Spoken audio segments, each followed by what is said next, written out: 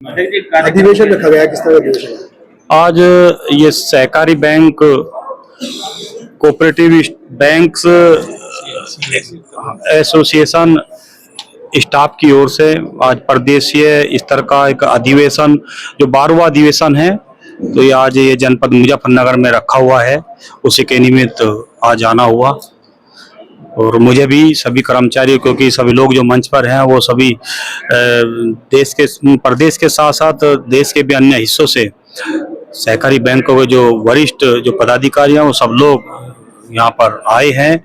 तो इस बीच में मुझे भी इन सबके बीच में आकर के गौरवान्वित महसूस हो रहा है और अपना भी विषय रखने का अवसर मिला। उद्देश्य क्या है इस अधिवेशन का? उद्देश्य तो यही है कि संगठन है, स्टाफ का संगठन है, तो संगठन को लेकर के क्या क्या अच्छा हो सकता है, बैंकों को लेकर के क्या और सुधार हो सकते हैं, यही सब बैंकिंग व्यवस्था और कर्मचारी को जो चीजें अभी तक तो मूलभूत सुविधाएं हम लोग अभी तक नहीं दे पाए, यही सब चीजों को लेकर के आज एक विचार विमर्श चल रहा है। कितने दिन तक चलेगा अधिवेशन? कल तक ये 2 दिवसीय अधिवेशन है और ये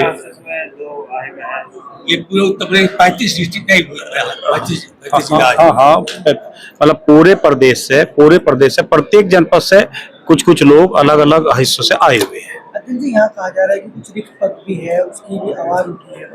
हाँ, वो सब विषय है, क्योंकि क्या है ना, रिक्त पद है तो क्या है कि स्टाफ कम है, और स्टाफ कम है तो काम का प्रेशर बहुत ज्यादा है। काम तो नहीं हुआ ना, काम कम नहीं कर सकते। आज से 10 साल 15 साल पहले जितना कर्मचारी था, आज उसके मुकाबले आधा कर्मचारी रह गया। तो विषय ये मुझे अच्छा भी लगा सभी का कि स्टाफ होना चाहिए। और आज क्योंकि एक बैंक में मात्र 2 या 3 कर्मचारी है, जहाँ 6 और 7 लोगों का स्टाफ होना चाहिए।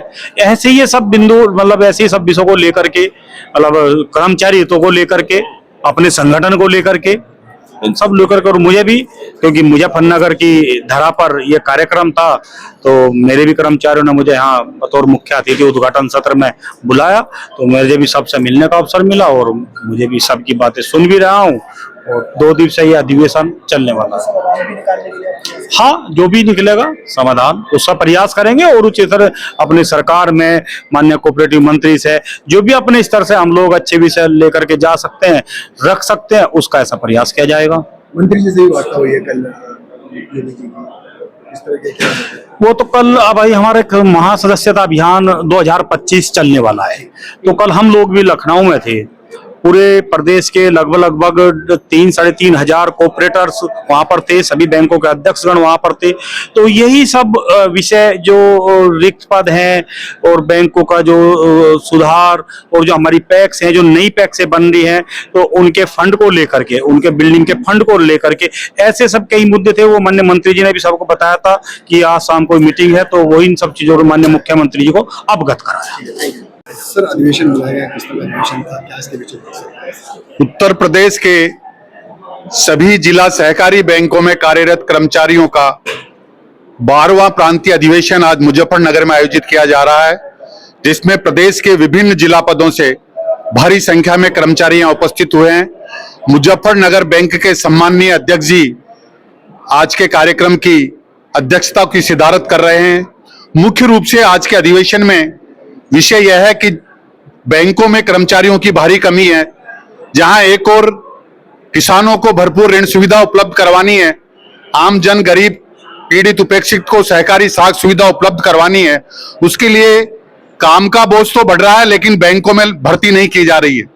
तो उत्तर प्रदेश सरकार से इस अधिवेशन के माध्यम से मांग करते हैं कि उत्तर प्रदेश के जिला केंद्रीय सहकारी बैंकों में कर्मचारी और अधिकारियों के रिक्त पदों पर अविलंब भर्ती की जानी चाहिए।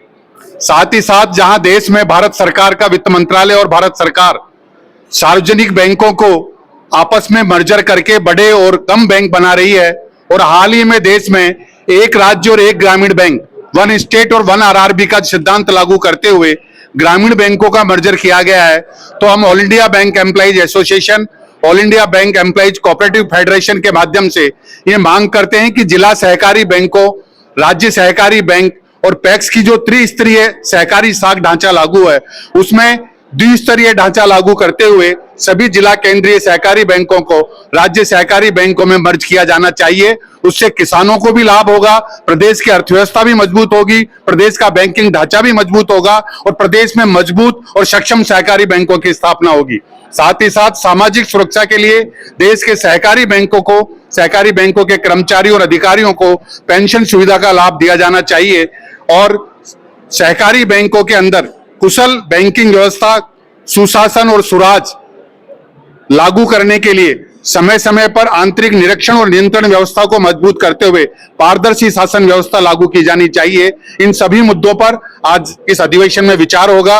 अधिवेशन के माध्यम से हमारे संगठन का, हमारी यूनियन का स्पष्ट मत और मान्यता है कि मजबूत सहकारी बैंक प्रदेश की मजबूत अर्थव्यवस्था का परिचायक है। मजबूत सहकारी बैंक किसान की आर्थिक समृद्धि का परिचायक है। अगर शासन व्यवस्था किसानों की समृद्धि, किसानों की खुशहाली और सहकारिता से समृद्धि के नारे को जमीनी स्तर पर साकार करना चाहती है तो सहकारी बैंकों की जो मौलिक समस्याएं हैं, चाहे पूंजी को उपलब्ध कराने की बात हो, कर्मचारी उपलब्ध कराने की बात हो, सुशासन की बात हो, राजनीतिक हस्तक्षेप कम से कम करने की बात हो, इन सहकारी बैंकों में रिजर्व बैंक के परिपत्र के अनुसार फिट एंड प्रॉपर क्राइटेरिया के अनुसार योग्य एवं कुशल प्रबंध निदेशक लगाए जाने की बात हो, इन मांगों पर गंभीरता से विचार किया जाना चाहिए। जब भी केंद्र में सहकारिता मंत्रालय के गठन का लक्ष्य और माननीय सहकारिता मंत्री अमित शाह जी का नारा साकार होगा, इन्हीं सभी मुद्दों पर आज संगठन में विचार होगा। धन्यवाद।